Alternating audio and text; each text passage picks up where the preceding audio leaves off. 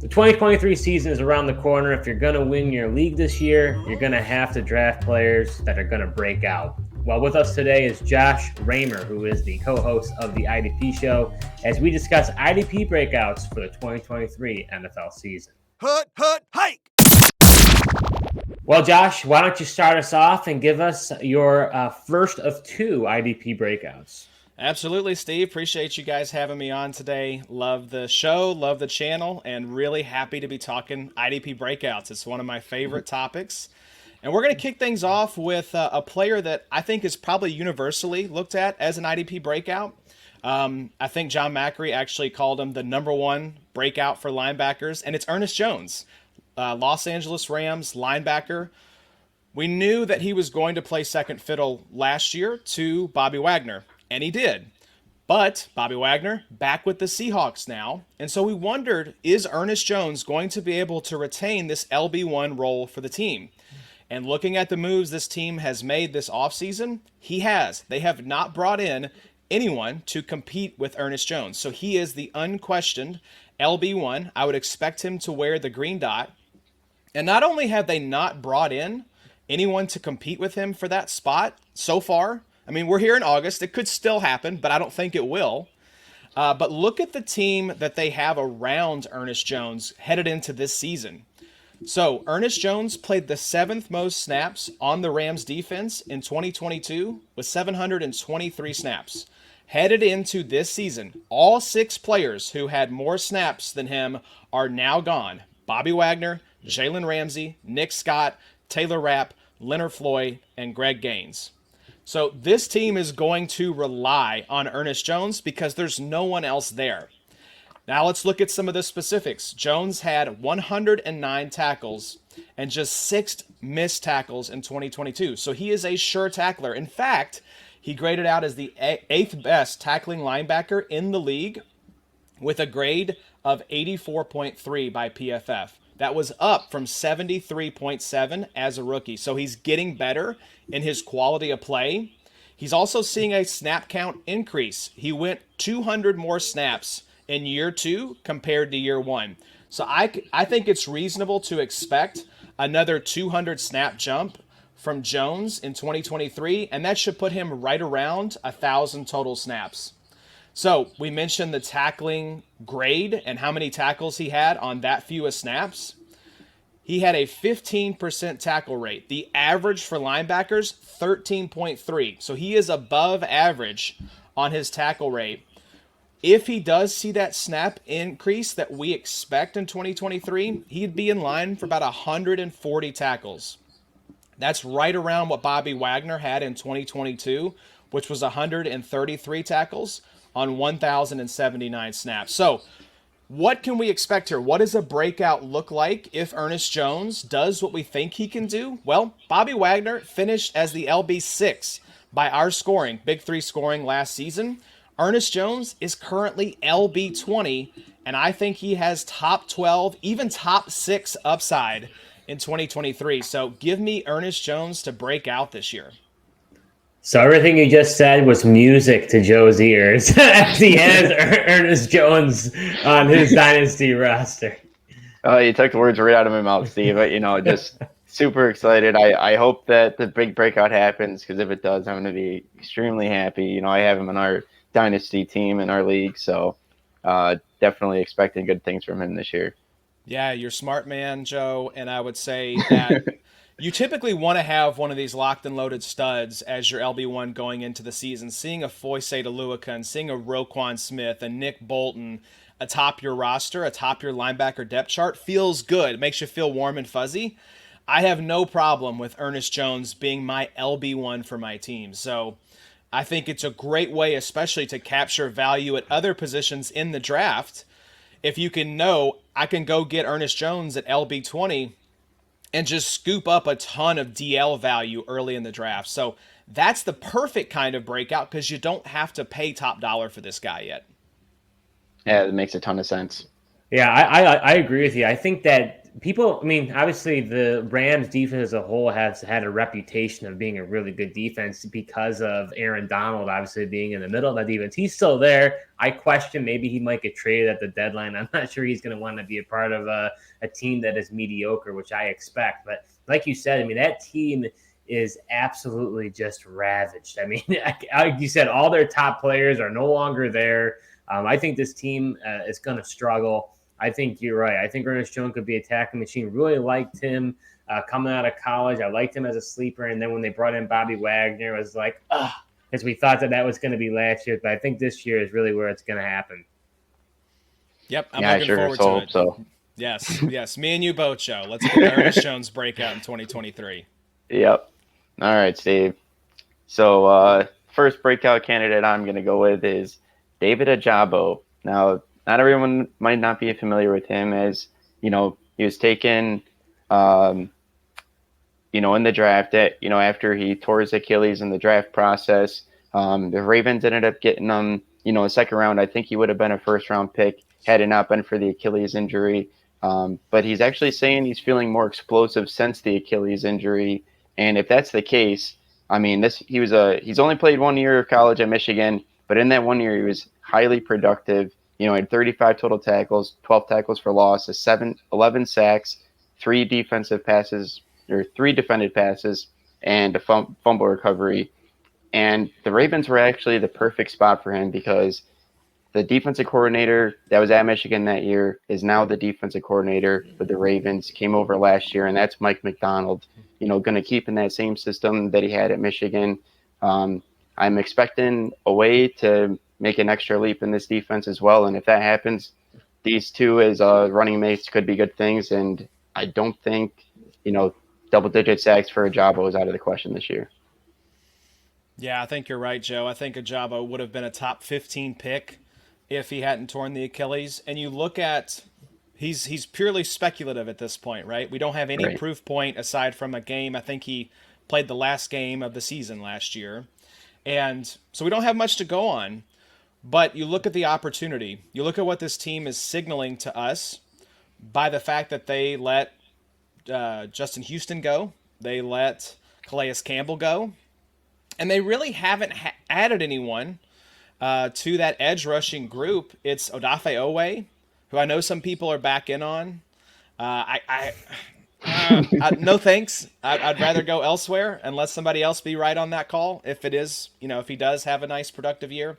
But it's Tyus Bowser, it's Odafe Owe, and then it's David Ojabo. I was listening to the Athletic Football Show with Robert Mays and Bill Barnwell from ESPN, and they were talking about the 12 players who are going to swing the 2023 NFL season, and David Ojabo was on that list because this is a Ravens team that has Super Bowl aspirations. But if you want to be a contender, you have to have that edge rusher who can generate upwards of 20 pressures across a Super Bowl run. And so I think the Ravens are signaling to us that David Ojabo can be that guy. So for IDP purposes, I'm very excited. He's probably in the DL 60 range. So much like Ernest Jones, and even to a greater degree, you can get this guy so late in your drafts. And I really do think if everything hits, if this guy is healthy, top 24 DL upside. Yeah, I agree with you guys 100%. I think for me, I'm a big believer in teams being able to develop a certain position. And the Baltimore Ravens just have the know-how to develop pass rushers. We've seen it before, even with late-round picks like Zadarius Smith, like Matthew Judon. These guys were not, highly coveted, drafted prospects. They were more later-round picks that ended up becoming developed. So they just have had a long history of knowing how to develop the pass rusher position. I drafted Owe. I was one of those believers. I thought Owe, just based on he didn't have the production in college. I want to say he didn't even have a sack in college, but just based on his athletic testing, they thought that he could really do it. And I thought that was going to be the case. He's been a little underwhelming, and I've since traded him. But that's okay. But when it comes to Ojabo, though, I'm with you guys. I think he's got the ceiling. I really liked him as a prospect. I agree. I thought he would have been a top 15 pick, so I like that a lot. I think he's going to break out this year. So my first breakout to join the group here is a little bit of a homer pick here as a Bills fan, but defensive end Gregory Rousseau, age 23. He's going to be entering his third season. Last season, he only played 13 games due to an ankle injury, but he had 8 sacks, 23 hurries, and 37 tackles on only 275 pass rush snaps, which ranks 118th among defenders. So that tells you that he was highly productive, even in the limited opportunities that he had. To me, you see that he's doubled his sack production from year 1 to year 2, from 4 to 8. I expect that he's going to come into his own. Von Miller is going to be rehabbing from an ACL injury. I expect that they will use him sparingly, and he's saying he's going to play week 1.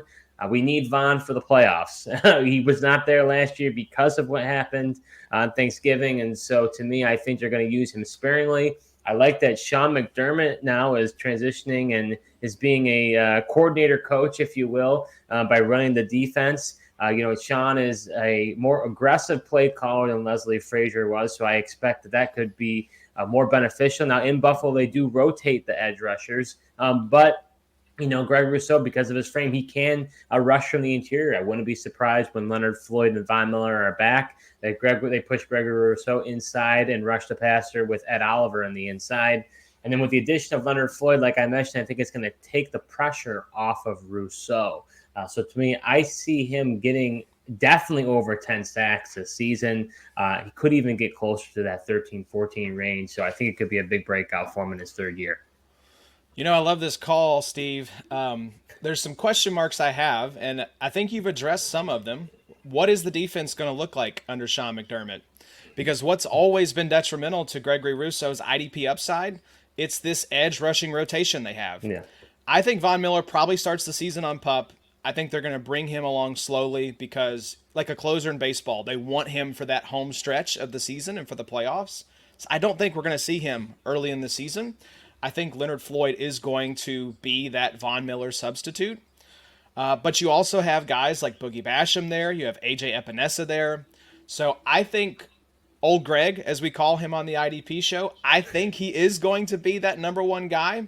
But what does that look like? You mentioned the limited pass rushing snaps. I want to see that increase. I want to see that get up in that 300 to 400 range. And will they use this guy like we saw Aiden Hutchinson used last year where he had north of 900 snaps? I don't think so. I think even if Sean McDermott is a little bit of a different defensive play caller than Leslie Frazier was, I think it's too big of a leap to say that we can expect to see him get 800-900 snaps. Will he be the leading edge rusher in terms of snap percentage from this group? I think so. But do you think he's going to get enough volume and enough pass rushing opportunities to really make that jump? That's the question I have. I think it's completely fair. I think, but we did see how effective he was even with the snaps that he had. So I think the question of, I think he will get an increased pass rush snap. I mean, I think they like Boogie Basham. They like AJ Epinesa. They have even Shaq Lawson. I just think that they do like to rotate. I'd be curious to see if there's a little bit of a shift with Leslie Frazier out of there. I expect him to rush in the interior as well. That would help a lot, especially that kind of flexibility, right? That positional flexibility to be able to kick inside, kind of like a Trayvon Walker. That makes that guy way more valuable for the NFL and, thankfully, more valuable for IDP because it means more snaps, more opportunities. So I'm on board. I want to see it. I've just been frustrated because it seems like they're parking the Corvette in the garage. Let this guy get out there and eat, man. Let him get, 80+% of the snaps. Turn this dude loose and let him have 300-400 pass rushing opportunities. Maybe part of it was Sean McDermott was tired of this edge rushing group underwhelming. And maybe we could see a little bit more of a cream rises to the top kind of approach with these edge rushers where Rousseau does get more volume. I think that's the optimistic case. Yeah, I think he's definitely received a lot of rave reviews from training camp, and I expect that jump. So Josh, who is your second breakout? So this is a guy that we were all about to start last season, and it turns out Chuck Clark was the guy that you wanted. We're talking about Kyle Hamilton, safety for the Baltimore Ravens. We already talked about David Ojabo. We've got another Ravens breakout here. And I think the case is pretty easy to make. This was a guy that got very high draft capital, 14th overall pick in last year's draft, and did not get the opportunity. Chuck Clark played over 1,000 snaps. In fact, I think he played 100% of defensive snaps for the Ravens. But even with his 547 snaps, Kyle Hamilton posted 2 sacks and 8 pressures on just 33 pass rush attempts. He also added 5 pass breakups on 56 targets.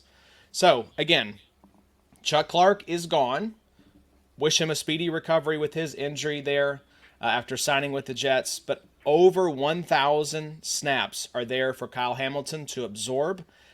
Even more important, guys, 30% of those snaps should come in the box. We know how important those box snaps are for safety production. If you want that safe floor from your safeties, being closer to the ball means more tackle opportunities, which gives you that safe floor. So Hamilton is going to have that. I would expect him to probably lead the league in sweet spot percentage, which is box, DL, and slot snaps. I think he'll be north of 70% on his alignment. So he has all the tools to take advantage of this opportunity that has been given to him. Nobody else has come in. It's going to be him and Marcus Williams at the backside of this defense. And Kyle Hamilton, he has the size, the tackling ability, the pass rushing prowess. He can make big plays, and now he finally has the opportunity. I have Hamilton as my safety 3 for 2023. I did a podcast a few weeks ago on guys that I was too high or too low on. I was somehow both on Kyle Hamilton because safety 3 from a guy that we didn't see a whole lot from last year is rich. But guys, he could finish as the safety 1, so I'm worried I might be too low on him as well. So give me the Kyle Hamilton breakout. We were maybe a year early last year, but I think this year we're right in line for it.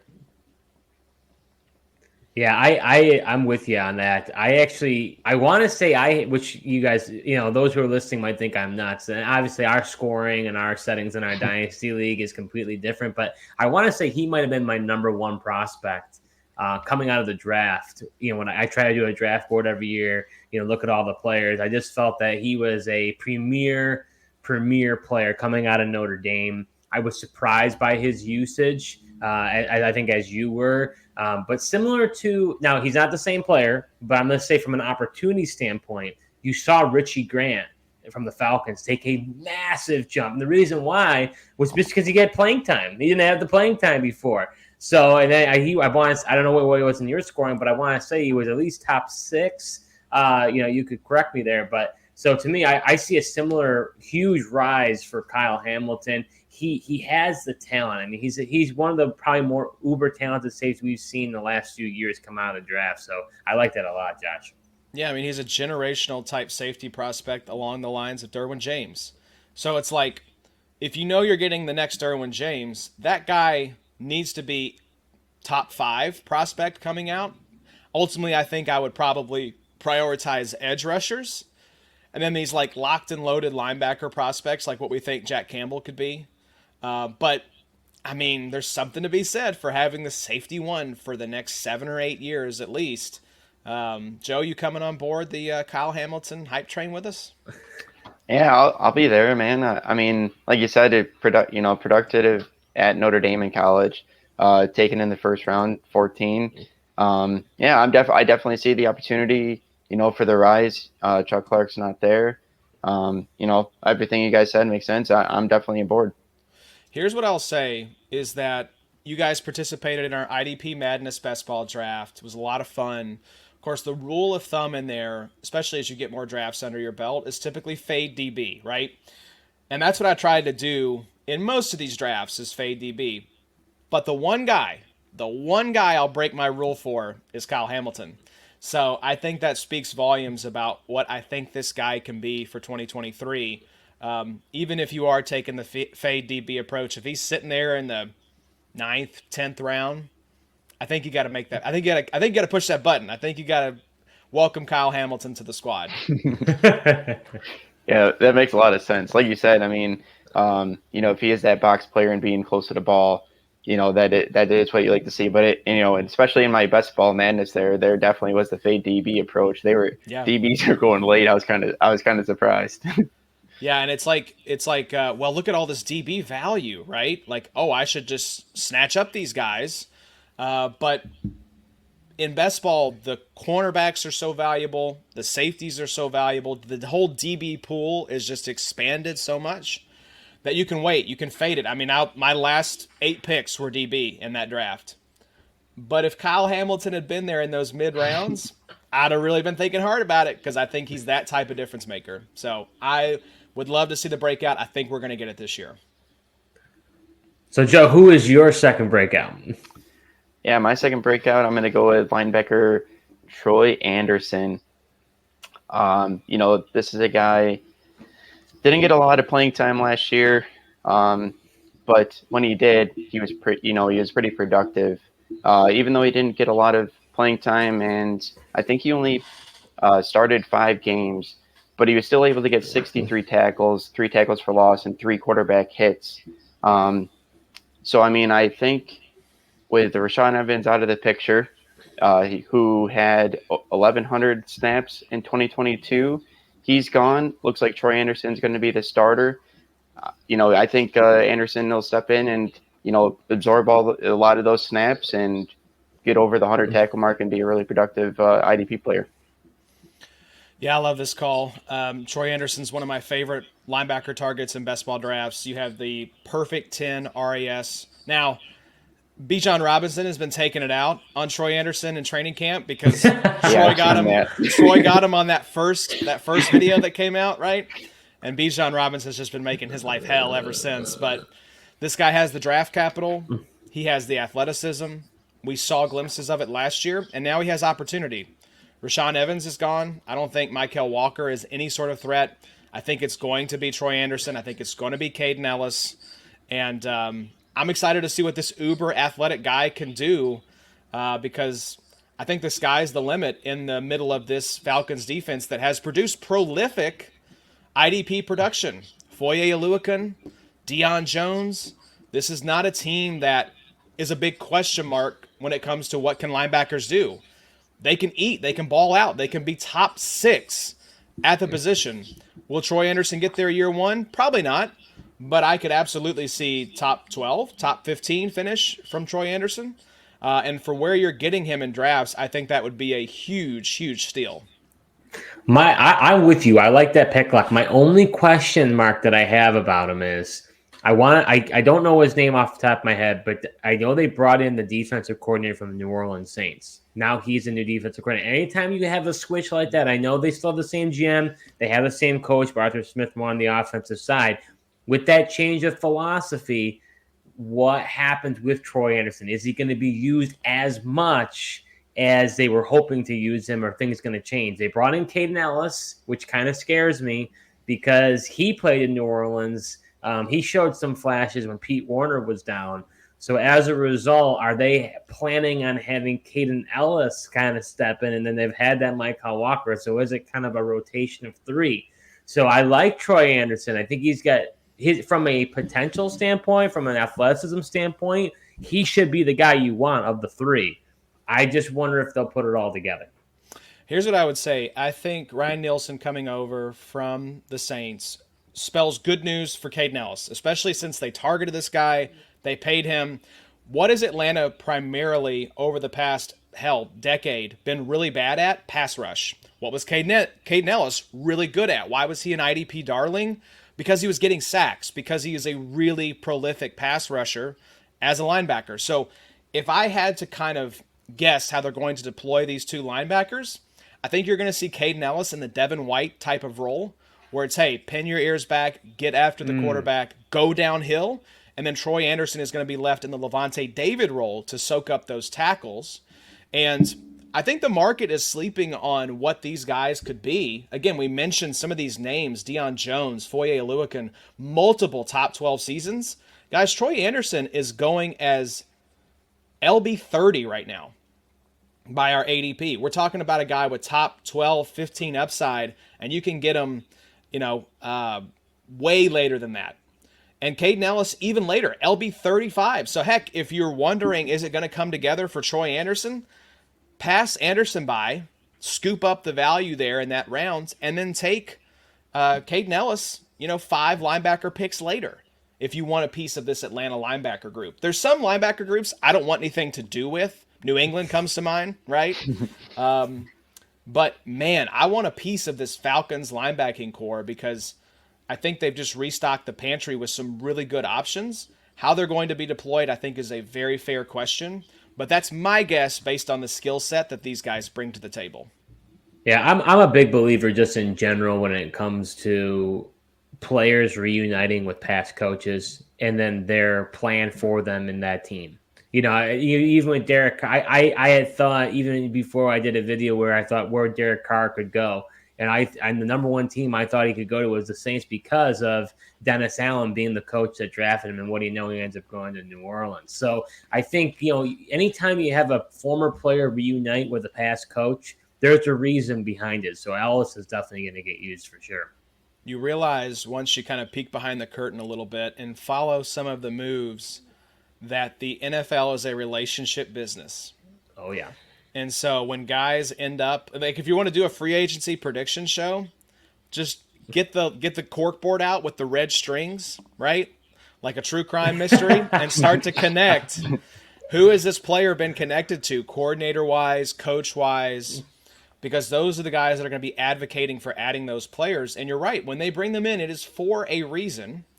And I think based on the edge rushing talent that's there in Atlanta, or lack thereof, I think Caden Ellis is going to be asked to play a very specific role and help kind of fill in that deficiency for Atlanta.